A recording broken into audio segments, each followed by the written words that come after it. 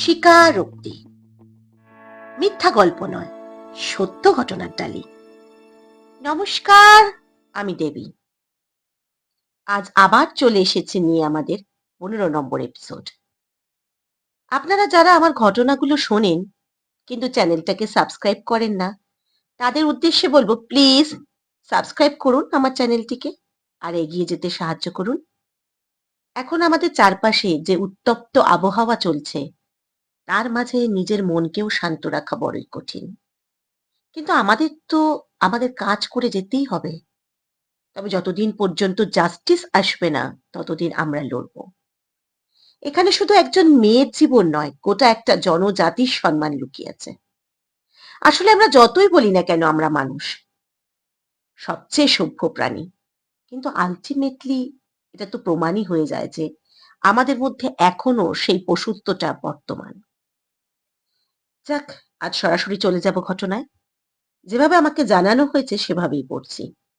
দেবীদি, আমি আমিনুল।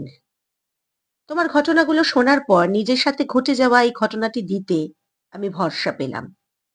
আমি চাই এই ঘটনাটি তুমি পড়ো, তাহলে কিছু মানুষের মুখোশ খুলে যাবে। আমি মুর্শিদাবাদের একটা ছোট্ট গ্রামের ছেলে। পড়াশোনা বিয়ে অবধি করে কাজের খোঁজ করতে থাকি। বাড়িতে আমার আম্মা, আব্বা আর 2 বোন।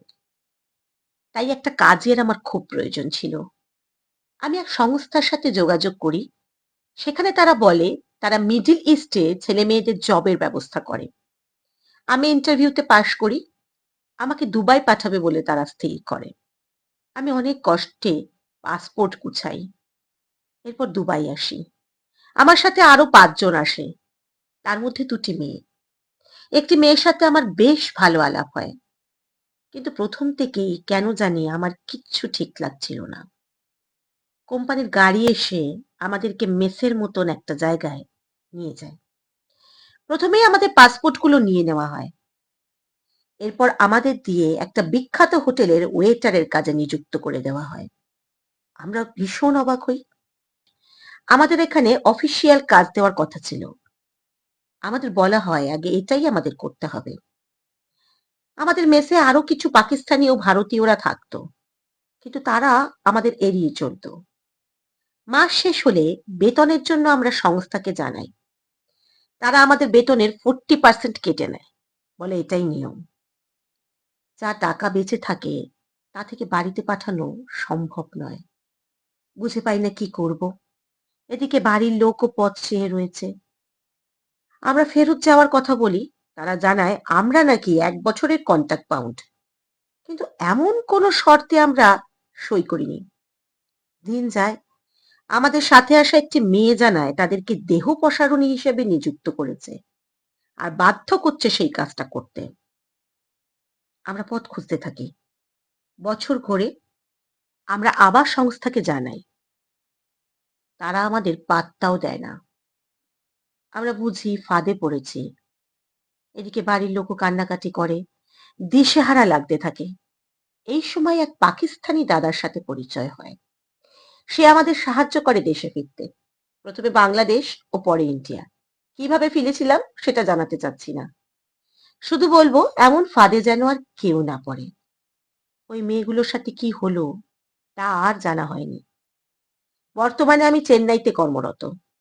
তবে এইসব মানুষ বেশি পশুরা বসে আছে এইভাবে ফাঁদ পেতে। আল্লাহর অসীম কৃপা আমার প্রতি, তাই আমি ফিরতে পেরেছি। তোমার মাধ্যমে আমার ভাই বোনেদের বলবো, দেশের বাইরে যেতে হলে আগে ভালো করে পরখ করে নাও, তবে কোনো সিদ্ধান্ত নিও। আমাদের মতন ফাঁদে আর পড়ো না।